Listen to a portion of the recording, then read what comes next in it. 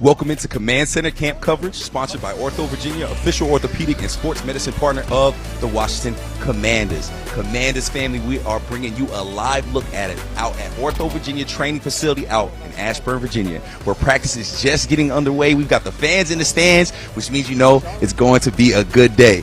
Brian Cole Jr. here with Fred Smoot, brother. I don't know why they put us two up here. We're going to have some fun today. They want a party. They want a party. And greatness is here, man. Yeah. You got to realize Coach Gibb, the greatest coach of all time, is in the building. Yes, sir. It's the start of a new season. And the first preseason game is so far right around the corner that I can smell it in the air, baby. Oh, man, we love it. You talking about Coach Gibbs being here. It's not just Coach Gibbs. We got Logan Paulson, Sean Springs, and London Fletcher on the field ready to give you astute analysis from the field. But, Fred, like you said, we are just days away from the preseason opener. We're going to be out in New York against the Jets. Man, how you feeling? Man, how excited is it, man, to be here at the beginning of a new era? To be here at the beginning of a new start, to seeing Jaden Daniels for the first time, to seeing Coach Quinn on the sideline for the first time, to seeing this new regime do their thing. I'm very excited for it, and I think the fan base can't wait to see it either. Oh, man, we are very excited. And you mentioned Coach Quinn. So you know what? To start the show, what we like to do is sit it down to Coach Quinn and Logan Paulson, the legend, who have some conversation before training camp gets started. Let's sit it down to Logan and Coach Quinn for the Camp Blueprint, brought to you by Clark Construction, the official construction partner of the Washington Commanders. It's coming up here. How does that affect the preparation for this week, and what are you looking to get out of that, just like from a talent evaluation standpoint? And I'm a fan of doing the practice, the joint practice. It's not just the different look, but it's also the matchups and the one-on-ones, and so different receivers, different QBs, different DBs. So can you get open? Can you find that space? So there's a lot of cool stuff to find out as you're going into a joint practice. Some will play a lot in the practice and then play a smaller amount in the game. Some will play a smaller amount in practice and get extra reps on the game. So for the players that maybe have more established roles already, they'll play less in the preseason games. And for the ones that are really battling for it, it actually gives them, Logan, more chances.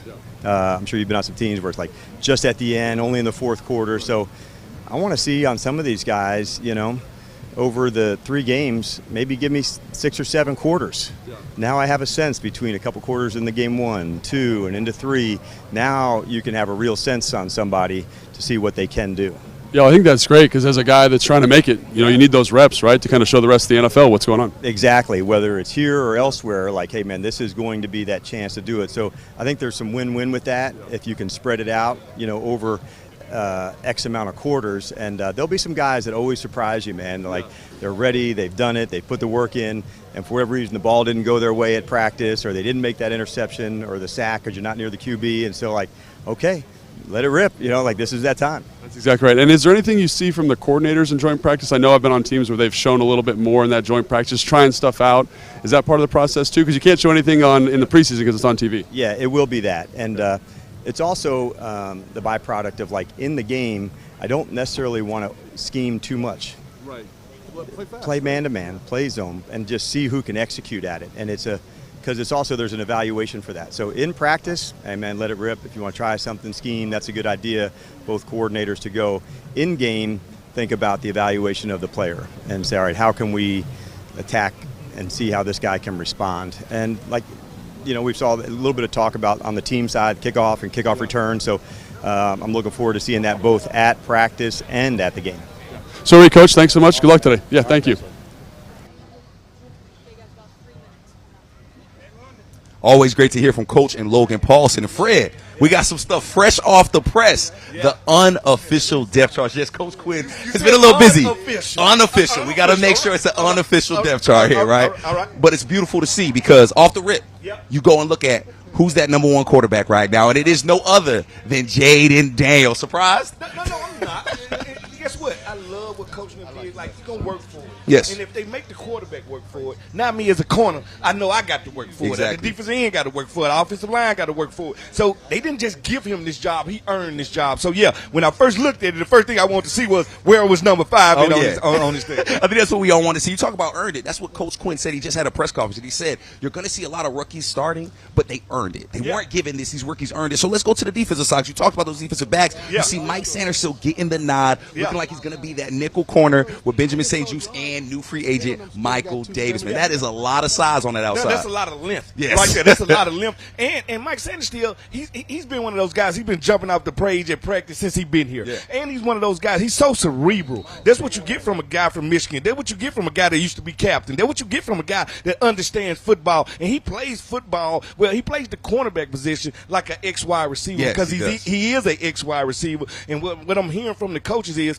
he's one of those guys that stays in the film room. And if you stay in the film room, I'm one step ahead of every play you call on me. And there's guys out there that could be starting as well. So he definitely earned it. And it's all through training camp the things he's been able to do. Yeah. Now talking about rookies. Yeah. Brandon Coleman gets the start at left tackle. Fred, man, how great is it to get your franchise quarterback and your starting left tackle all in the same draft? Well, you want to time them up. Yeah. You want them to be the same age. You want them to mature at the same pace. Now, the thing about Brandon Coleman is people want to know because they really been rotating that offensive line, not truly showing the starter. So they wanted to show it. Now, you know what? They're actually doing the bags. We're going to send it right down to the field. I mean to cut you off, Fred. Got to get into that action. Bags out today, right? Practice, like, look at these guys. I love the start of this practice. Fletch, I know you played a lot of football. Did you ever do anything like this when you were playing? No, but I think we should have that on Command Center. I think get after it. Let's get excited. Great segment to kind of get it going. We can have maybe Maddie and all of them kind of leading us through the bags. Yeah. But this is a great way to kind of get the energy, get the juices flowing.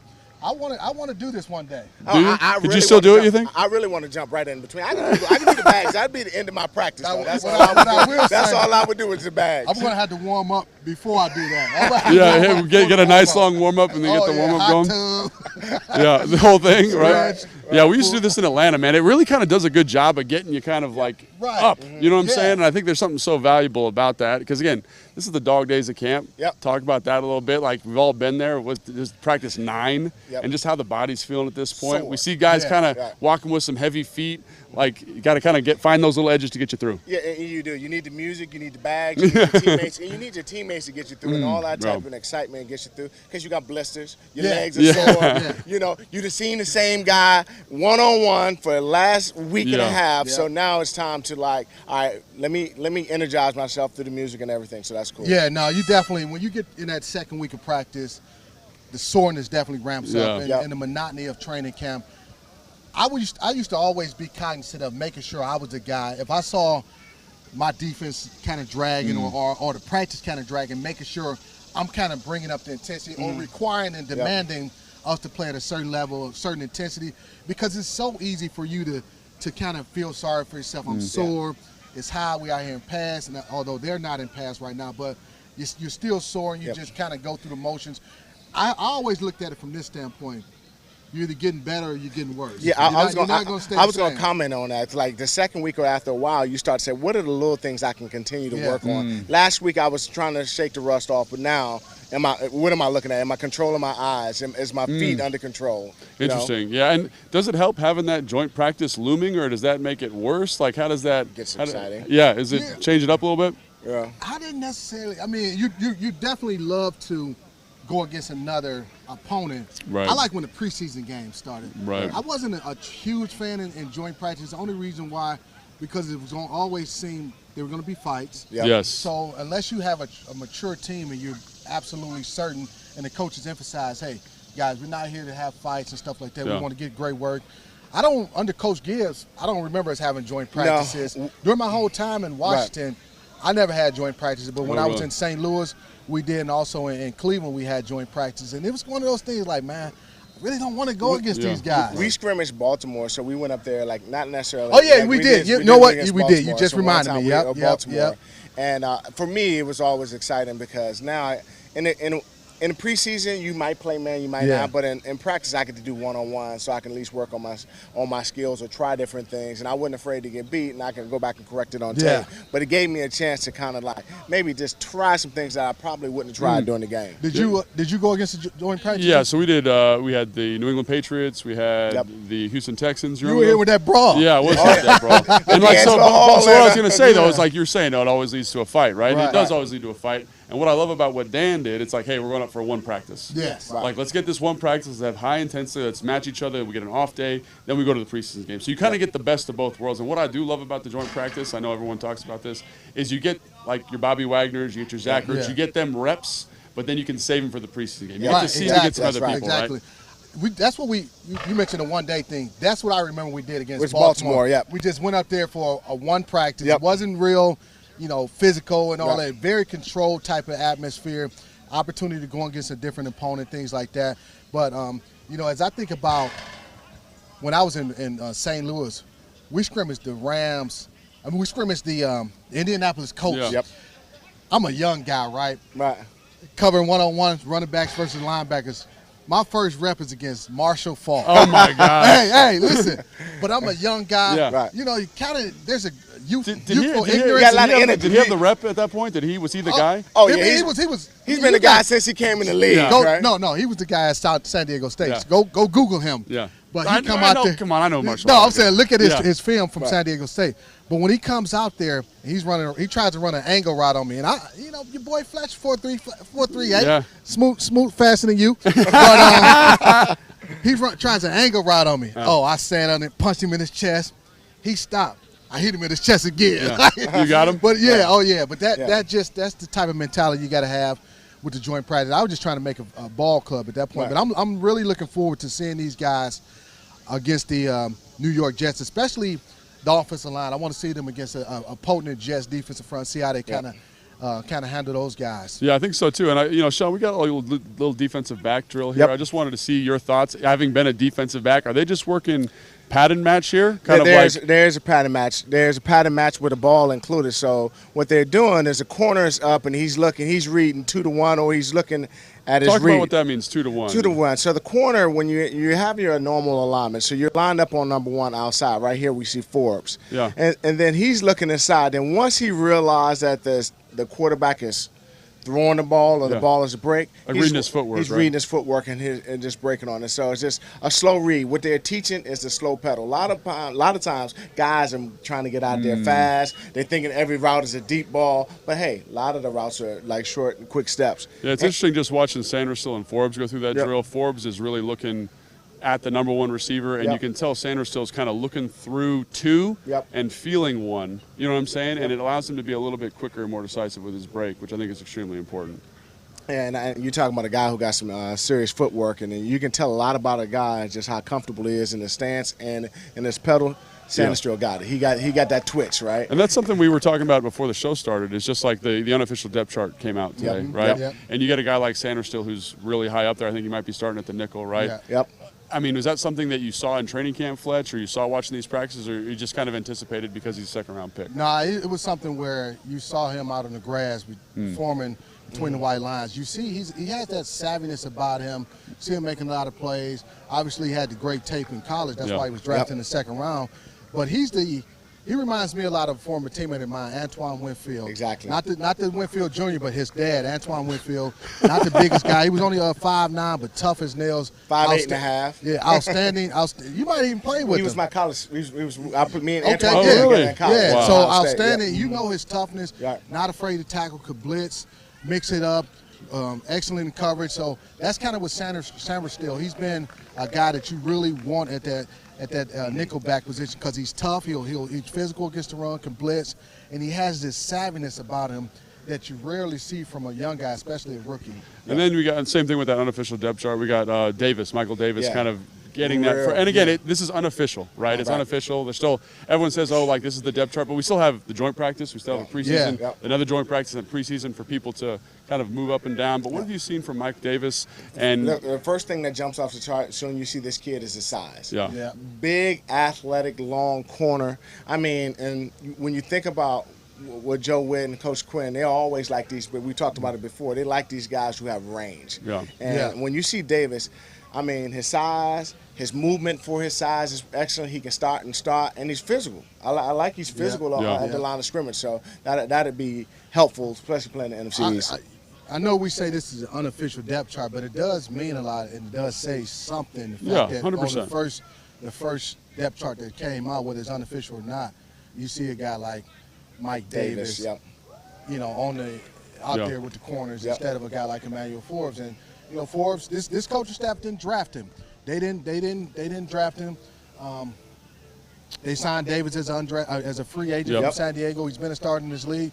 So this is an opportunity that tells you there's going to be competition between those two guys as the starter opposite Benjamin St-Juste for the cornerback position. Yeah, absolutely. And I think another kind of really significant name on that unofficial depth chart, right, you got to say that, is our guy Jaden Daniels, kind of being the QB1. Yeah. And, you know, obviously, like, this is, what'd you say, Fletch? It's the best kept secret in football. The worst kept secret in football, right? He's looked tremendous in training camp. Just talk about what you've seen from him here where he's doing routes on air with some of these guys, working that chemistry of the receivers. Man, just as advertised. That's the thing I would say when describing Jaden Daniels. He has been as advertised, and even better in the standpoint of just his ability to go through his reads, his calmness in the pocket. He doesn't seem like he rushes his process. Just real calm in the pocket, very accurate.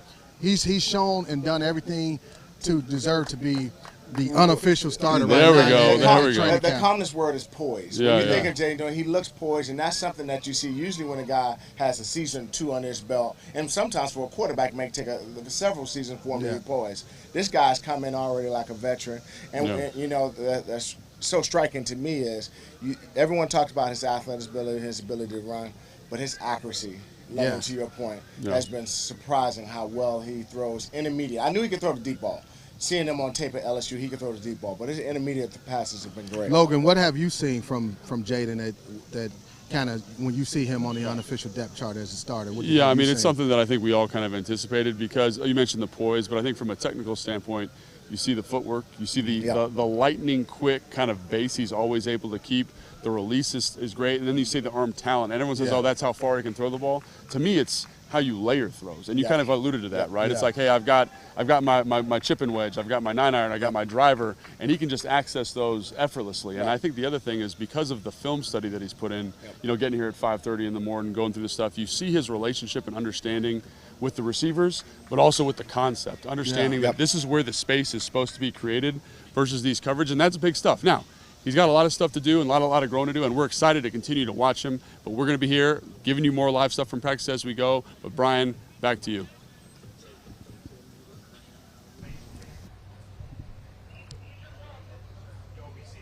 It's time for some healthy competition, brought to you by Ortho Virginia, official orthopedic and sports medicine partner of the Washington Commanders. Shout out to our guys out on that field in that heat. Yes, they are in that heat. Fred, me and you kind of got that heat right here, too. At the end of the day, this is Mother Nature at its finest. Yes. This is training camp weather. This is what it feels like. Now, it make me think to myself, what was I thinking in my earlier 20s? Being out here fully equipped, it tells you that you love the game. So I got to get a shout out to the fans because they are enduring it these fans out here. They're out here, and you know what, man? When it's all about that competition, you endure it, right? And we got some good competition coming because we'll be doing joint practices starting Wednesday with the New York Jets right before we play them. Now, Fred, you've been there before, man.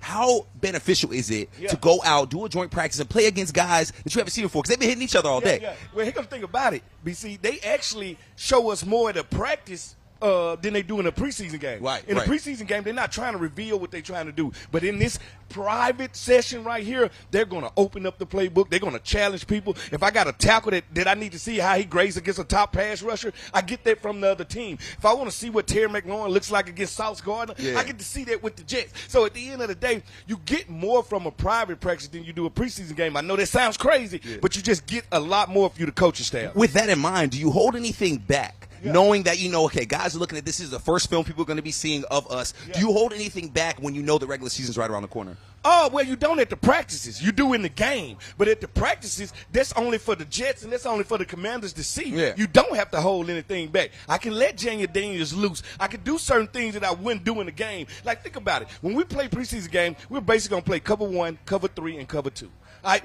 If it's going to be a joint practice, we're going to do 2-man. We're going to do everything.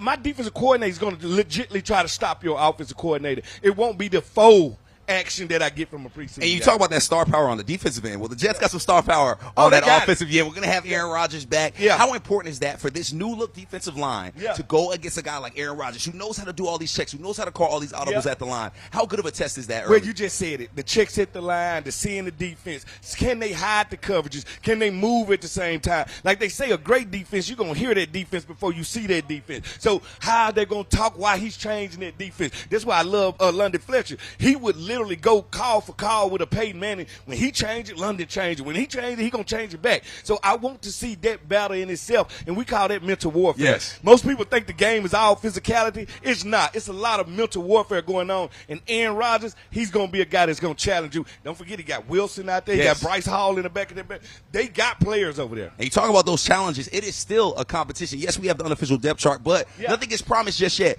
Who are you looking to make waves during these joint practices and also during this week 1 preseason? Well, of course, anytime the offense starts off, it's usually the tight end that gets stuff going. All right, so I'm looking for Ertz to get things going. I'm looking for John Bates to say, you know what, I want a bigger role in here. Ben Sinat, I want him to step up. So running backs. All right, so at the end of the day, I think when these things get to moving, we're not going to see what Cliff Kingsbury wants to do totality. I think he wants to see guys beat one-on-ones. He wants to see the outside receiver beat the corner. He wants to see the tight end beat the safety out of linebacker. He wants to see can these guys beat matchups, and I think that's what you're going to see early and often. And lastly, before we go to break, we got a lot of rookies out here. And we said a lot of rookies are starting. Yeah. This is their first time seeing another NFL team, man. Yeah. What advice would you give to these rookies about just being out there and staying focused? Well, you know what? I'll never forget my first time seeing another NFL team. It was a little starstruck I still Oh, had. yeah, I'm sure. Because I was like, you know what? I'm on the field with Doug Flutie. I'm on the field with Junior Seau. Players you grew up watching too, right? Yeah. So you got to wipe that off and throw that out of there. Like they trying to take your job. Yes. And that's what you need to understand. They're trying to threaten your job. So as soon as you get the starstruck out the way,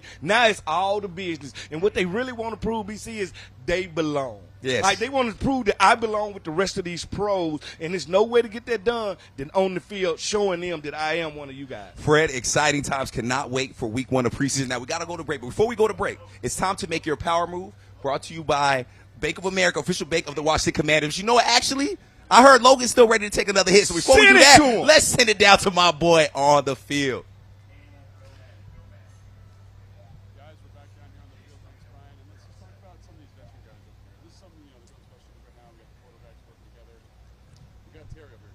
Yep. I think that's just it's something he's always done. I think it's so good for the young guys, the Luke McCaffreys, some of these young running backs, to see a guy who's been there, done that, getting that extra work in. Yeah, absolutely.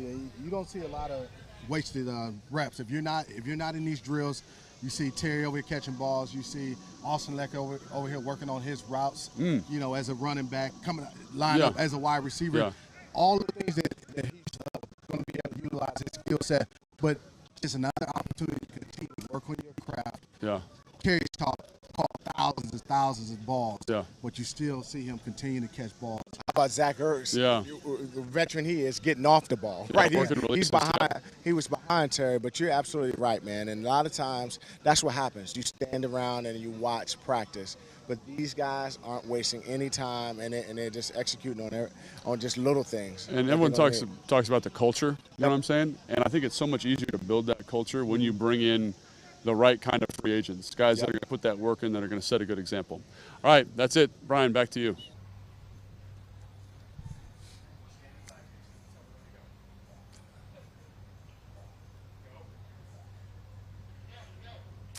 Sorry for all the audio difficulties. We are doing a live show out here in this heat. And blame it on the heat.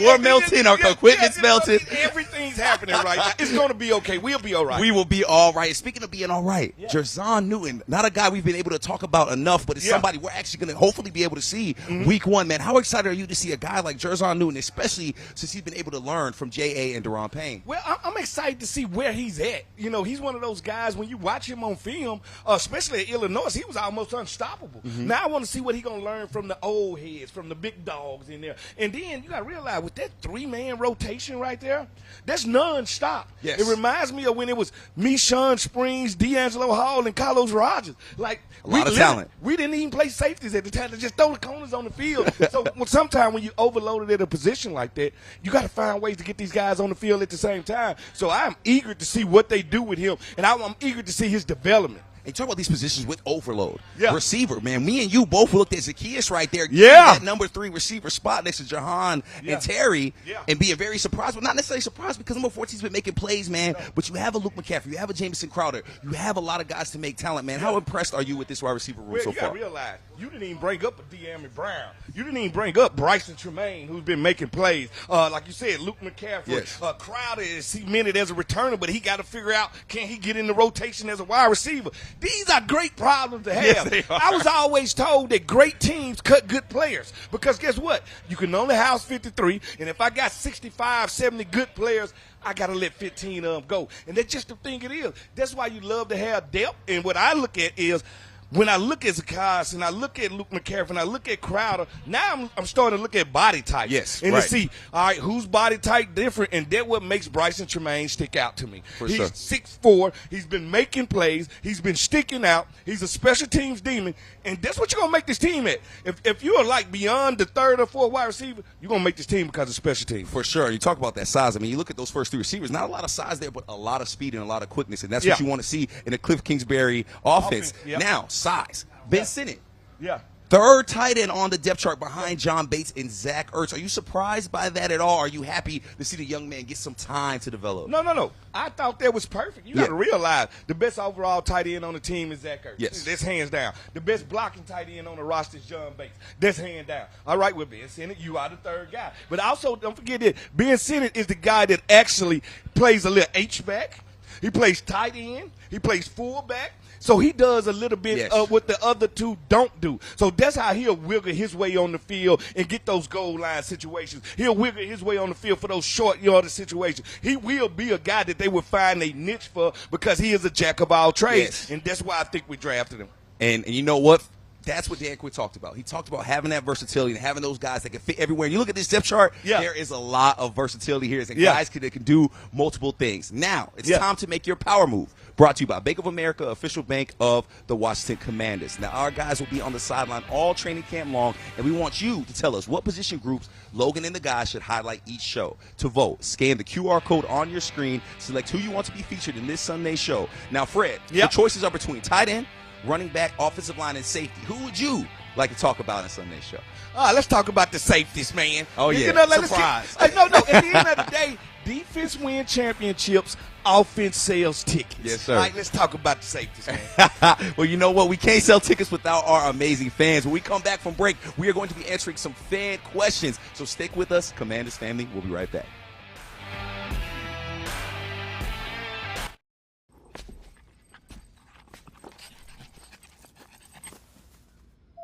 Why always the couch? Does he need to go to puppy school? Get his little puppy diploma? How much have I been spending on this little guy? When your questions about life turn into questions about money, there's Erica, the virtual financial assistant to help you spend, save, and plan smarter. Only from Bank of America. What would you like the power to do? The final stone of the championship. At Bet365, we don't do ordinary.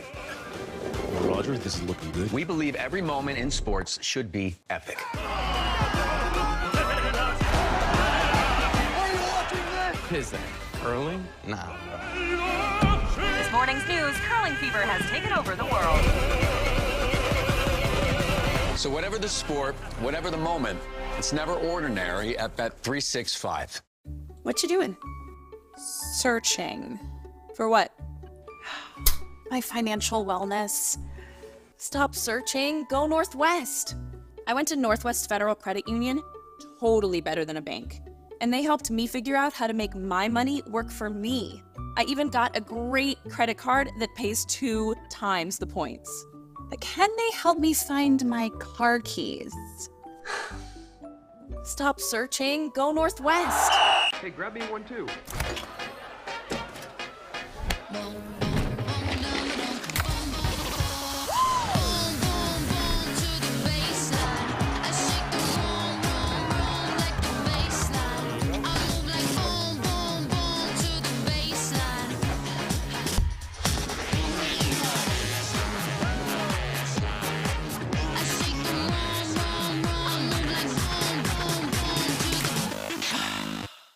Join me as I take a deep dive into the least insulted ticketing app in history, SeatGeek. Did SeatGeek invent the ticket? No, but we do make them work. Drum roll, please. Ooh, how do I use the Seat View feature? It shows seats with a pole blocking the view. Don't buy those. What if I want to sit behind a pole? Buy those. Join me as I bore you to death with a series of interviews about a ticketing app that just does what it's supposed to do.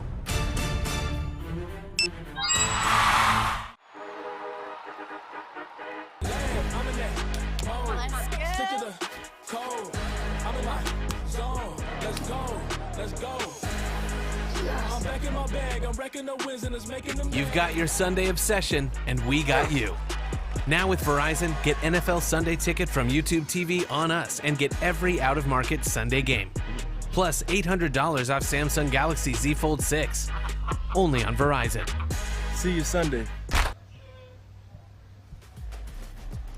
It's time to cool off out here at training camp. Let's get into some ice-cold questions brought to you by Pepsi, the official soft drink of the Washington Commanders. Now, Fred, this is my favorite part of the show right here where we hear from our amazing Commanders family. You ready to ask some questions? Yeah, I'm here. Get All to me, shoot. This first one is from @LittleEB with the lead. He was actually back here behind us when he gave us his question. Yeah, he was. How do you feel our defense now compares to last season? Oh, it's better. Yeah. Let's start with the brain trust. Let's start with coaching. Like, at the end of the day, Coach Witt and Coach Quinn, they bring something different, a different element to it. This is a DB-friendly defense, and you're talking about a front that they added Newton to. You're talking about adding Frankie Louvu, Bobby Wagner. Yes, we are better because we're better at the linebacking core. We're better in the middle of the field. We're better at the leadership. So most definitely it's a better overall defense if you ask me. Now, this next question is from a fan that traveled in with his 2 little kids, man. He was so excited. He hit me up days ago saying he would be here. All right. Pulled up on us, man. Was very, very happy. Had great kids. This is a Barbie Harward. That's HARWARD 2 @Bobby Harward 2. Knowing what you all know now, if you could go back in time, what would you tell your rookie self to get through these dog days, these hot days? I would tell young Fred Smoot, go be a lawyer. All right, change your life. All right, don't be out here in this hot sun giving your body up, your mind, body, and soul. Fred, you're better than that. You're smarter than that. All right, but seriously, I would just tell myself, enjoy it one day at a time, because eventually it will be over with, and that page has to be turned. So don't worry about how brutal these hot days are. Enjoy every last one of them with a smile on your face. Oh, man, we love that. And, Fred, you know what? I'm glad you didn't go a lawyer, because you wouldn't be here with me right now, Fred. So I think you made the right choice. Commanders family, thank you for your questions. Thank you for tuning in to Command Center Live. You can catch us on the Commanders YouTube page Thursdays. Now, Commanders family. That's a wrap for today, but don't worry. We have coverage on deck. We'll be right back here on Monday, August 12th, for another edition of Command Center Camp Coverage Live. Tune in August 12th, starting at 9 a.m. on the Commanders YouTube, Facebook, and X. For Brian Colbert Jr., Fred Smoot, Logan Paulson, London Fletcher, Sean Springs, Santana Moss will be back with us next week. We'll see you guys Thursday on